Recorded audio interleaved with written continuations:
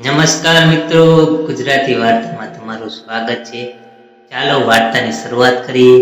વર્ષો પહેલાની વાત છે. વાત અમારી લવ સ્ટોરીની છે. તે લગ્નમાં પરિણમિત નહોતી. એને પ્રેમ નહીં કર્યો હોય એવી વ્યક્તિ સાથે લગ્ન કરીને તમે સુખરૂપ તમારું જીવન પાર પાડી શકો છો અને ખૂબ જ સુખી સંસાર રચી શકો છો. પરંતુ દિલના એક ખૂણામાં પ્રિયજનને નહીં પામી શક્યાની એક કસક રહી જાય છે. એ છાસવારે સપાટી પર આવી જતી હોય છે. હું મારા પ્રેમની સાથે પણ પરણી નહીં થઈ શકી. એટલે આ દુનિયાએ ઘડેલા માપદંડો મુજબ અમારી લવ સ્ટોરી સક્સેસ કહી નહીં શકાય. પરંતુ હું એમ માનતી નથી. મહેશ ભટ્ટની એક ફિલ્મની ગીતની જેમ હું પણ માનું છું કે ઇશ્ક સચ્ચા વહી જિनको મિલતી નહીં મંજિલે મંજિલે મંજિલે. મારી લવ સ્ટોરી મોડર્ન નથી એટલે કદાચ આજના યંગસ્ટર્સને પસંદ નહીં આવે. આ સ્ટોરી 1960ના દશકની છે. ત્યારે હું મુંબઈની મેડિકલ કોલેજમાં અભ્યાસ કરતી હતી. મને પ્રેમ થઈ ગયેલો એન્જિનિયરિંગ કોલેજમાં અભ્યાસ કરતા એક ધની યુવાન સાથે. અહીં એનું નામ તો નહીં લખું, કારણ કે અહીં હું મારું પણ નામ લખવાની નથી. મારા નામ લખવામાં મને કોઈ ડર નથી. પરંતુ હવે જીવનની સંધ્યાએ પહોંચ્યા છીએ ત્યારે અમારે લોકોની ફાલતુ ગોસિપના મુદ્દા નથી બનાવવું. કારણ માત્ર એટલું જ છે. બોરવલીથી સવારે મેં લોકલમાં એક સાથે બેસતા. એ પાર્લામાં ઉતરે અને મારે ઠેઠ ચર્ચ ગેટ સુધી જવાનું હોય છે. લોકલમાં એને જગ્યા મળી હોય તો એ મને જગ્યા કરી આપે છે અને મને જગ્યા મળે તો હું એને કટ મારીને બેસી શકાય એટલી જગ્યા કરી આપું છું. મેં યુવાન હતા, સારું ભણતર મેળવી રહ્યા હતા અને એક જ સ્ટેશન પરથી ચડતા એટલે અમારી દોસ્તી થઈ ગયેલી. પહેલાં સાંજે અમારું એક જ ટ્રેનમાં જવાનું નહોતું થતું, પરંતુ પછી અમે એ પણ શરૂ કર્યું. પાર્લર ટ્રેન પર આવેલું હોય એટલે હું એની જગ્યાએ રાખીશું મૂકું છું અને પછી સાથે બેસીને બોરવલી સુધી જઈએ છીએ. અમને એકબીજાની મૈત્રી ગમવા માંડી હતી. અમે એકબીજાની વધુને વધુ નજીક આવવા માંડ્યા. પછી તો ધીમે ધીમે સાથે ફિલ્મો જોવા માંડ્યા. ક્યારેક ચોપાટી જઈને ભેલ ઝાપટી આવતા કે ક્વીન નેકલેસ પર સાંજ વિતાવવા માંડ્યા.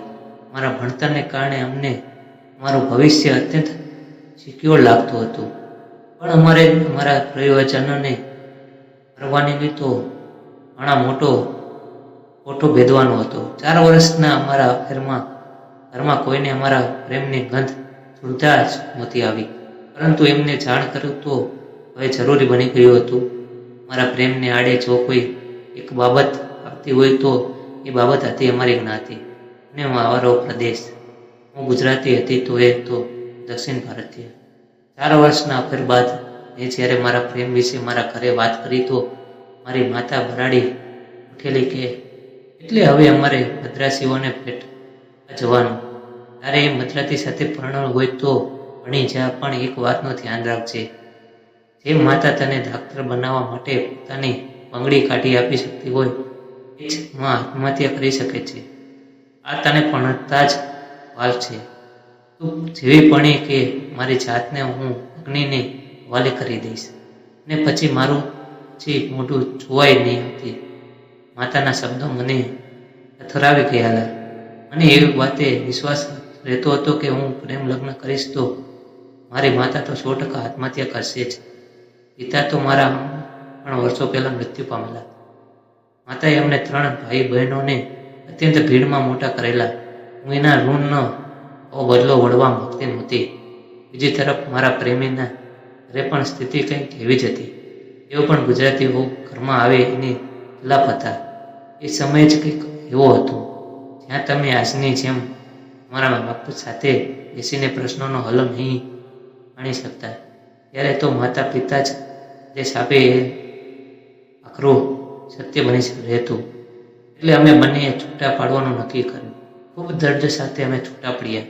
શરૂઆતમાં તો મેં આજીવન લગ્ન નહીં કરવાનું નક્કી કરેલું, પરંતુ પાછળથી માતાના એવા જ એક આદેશને વશ લઈને ડૉક્ટર મુરતિયા સાથે ભણી જવું પડેલું. મારા પતિ અત્યંત ઓપન માઇન્ડેડ હતા એટલે લગ્ન બાદ થોડા સમયમાં જ મેં એમને અમારા પ્રેમ વિશે કહી દીધેલું. એમની પરવાનગી બાદ મેં મારા પ્રેમીને અમારે ઘરે ઇન્વાઇટ કરતા અને પછી અમે ત્રણેય ભેગા મળીને તાશ કે ચેસ રમતા. મારા પતિ અને એનું ખૂબ જ બનતું. એણે આજીવન લગ્ન નહીં કર્યા એ આજીવન અમારો ફેમિલી બેસ્ટ ફ્રેન્ડ બની રહેલો. સારે નબળે પ્રસંગે અમારા પડતો જ રહ્યો. આજનો સમય જોઈને ક્યારેક સમયની ઈચ્છા થઈ આવે છે, કારણ કે સોસાયટી ઘણી બોર્ડ માઇન્ડેડ છે. હવે આંતરજ્ઞાતીય કે આંતરધર્મીય લગ્નોમાં બહુ નવાઈ નથી લાગતી. અરે મારી એક દીકરી તો ઓસ્ટ્રેલિયાના યુવક સાથે પરણી છે, એટલે એના લગ્નને તો આંતરરાષ્ટ્રીય લગ્ન કહી શકાય ને. પણ મેડિકલના પ્રોફેશનને જીવનની ઘટમાળમાં સમય ક્યારે પસાર થઈ ગયો એની ખબર સુદ્ધા જ નહીં રહી. મારા ત્રણેય સંતાનો વિદેશમાં ઠરીઠામ થઈ ગયા છે.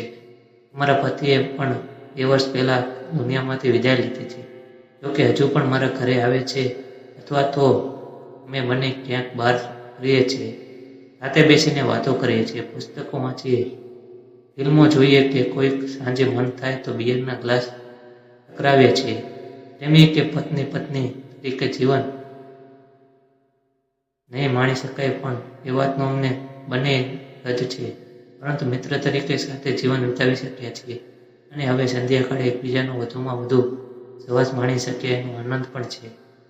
મારા પતિ હોત તો અમને ત્રણને સાથે વર્લ્ડ ટૂર કરવાની ઈચ્છા હતી, પરંતુ હવે એ શક્ય નથી.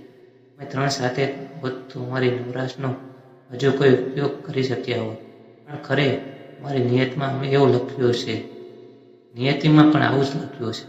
આ લવ સ્ટોરી ઇન્ટરેસ્ટિંગ નહીં હોય તોય આ લવ સ્ટોરી યુનિક તો છે જ. હું કહું છું મિત્રો, એ વાર્તા સાંભળવા માટે ચેનલને સબસ્ક્રાઈબ કરી દેજો મિત્રો.